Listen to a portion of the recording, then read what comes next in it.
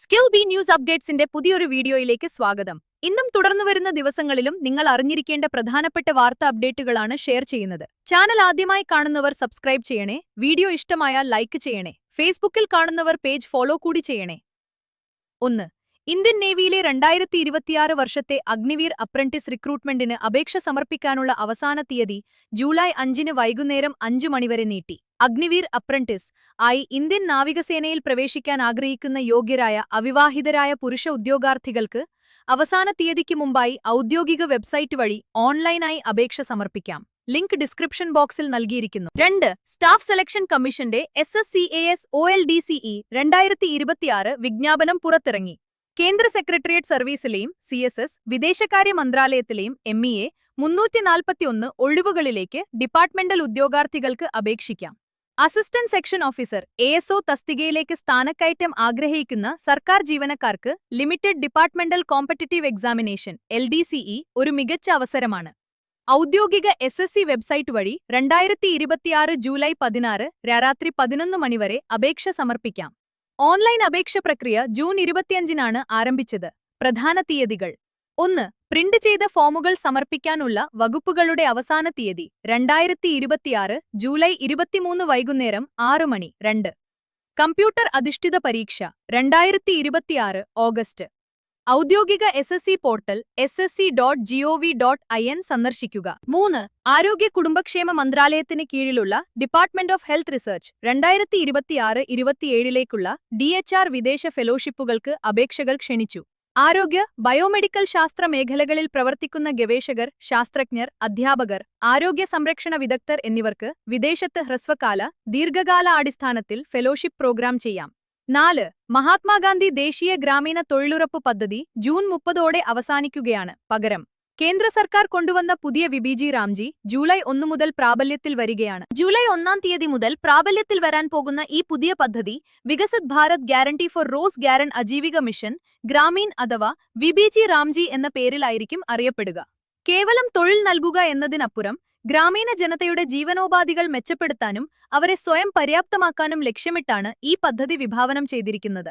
ഈ പുതിയ തൊഴിലുറപ്പ് പദ്ധതിയുടെ സാമ്പത്തിക ബാധ്യത കേന്ദ്ര സർക്കാരും സംസ്ഥാന സർക്കാരും സംയുക്തമായാണ് വഹിക്കുക. 60:40 എന്ന തോതിലായിരിക്കും ഇതിന്റെ ഫണ്ട് വിനിയോഗം നടക്കുക. അതായത് പദ്ധതി ചിലവിന്റെ 60% തുക കേന്ദ്ര സർക്കാരും ബാക്കി 40% തുക അതത് സംസ്ഥാന സർക്കാരുകളുമായിരിക്കും അനുവദിക്കുക. തൊഴിലുറപ്പ് പദ്ധതിയിൽ വരാൻ പോകുന്ന ഈ വൻ പരിഷ്കാരങ്ങളെക്കുറിച്ചും അതിന്റെ പുതിയ ചട്ടങ്ങളെക്കുറിച്ചുമുള്ള കൂടുതൽ ഔദ്യോഗിക വിവരങ്ങൾ വരും ദിവസങ്ങളിൽ തദ്ദേശ സ്വയംഭരണ വകുപ്പ് വഴി ലഭ്യമാകുന്നതാണ്. തൊഴിലാളികൾ തങ്ങളുടെ സംശയ നിവാരണങ്ങൾക്കായി അതാത് ഗ്രാമപഞ്ചായത്ത് ഓഫീസുമായോ റൂറൽ ഡെവലപ്മെന്റ് ഉദ്യോഗസ്ഥരുമായോ ബന്ധപ്പെടുന്നത് നന്നായിരിക്കും. 5. കേരളത്തിലെ ട്രാഫിക് നിയമങ്ങൾ കൂടുതൽ കർശനമാക്കാൻ മോട്ടോർ വാഹന വകുപ്പ് ഒരുങ്ങുകയാണ്. ഇനി മുതൽ ചെറിയ നിയമലംഘനങ്ങൾക്ക് പോലും കടുത്ത ശിക്ഷയും ലൈസൻസ് സസ്പെൻഷനും ഉണ്ടാകും. ഹെൽമെറ്റ് ധരിക്കാതെ ഇരുചക്രവാഹനം ഓടിക്കുകയോ പിൻസീറ്റിൽ യാത്ര ചെയ്യുകയോ ചെയ്താൽ 3 മാസം വരെ ലൈസൻസ് സസ്പെൻഡ് ചെയ്യുന്നതിനൊപ്പം 1 ദിവസത്തെ നിർബന്ധിത പരിശീലന ക്ലാസ്സിലും പങ്കെടുക്കേണ്ടിവരും. റോഡിൽ അപകടകരമായ രീതിയിൽ വാഹനം ഓടിക്കുന്നവർക്ക് 6 മാസത്തെ സസ്പെൻഷനും 3 ദിവസത്തെ ക്ലാസും ലഭിക്കും.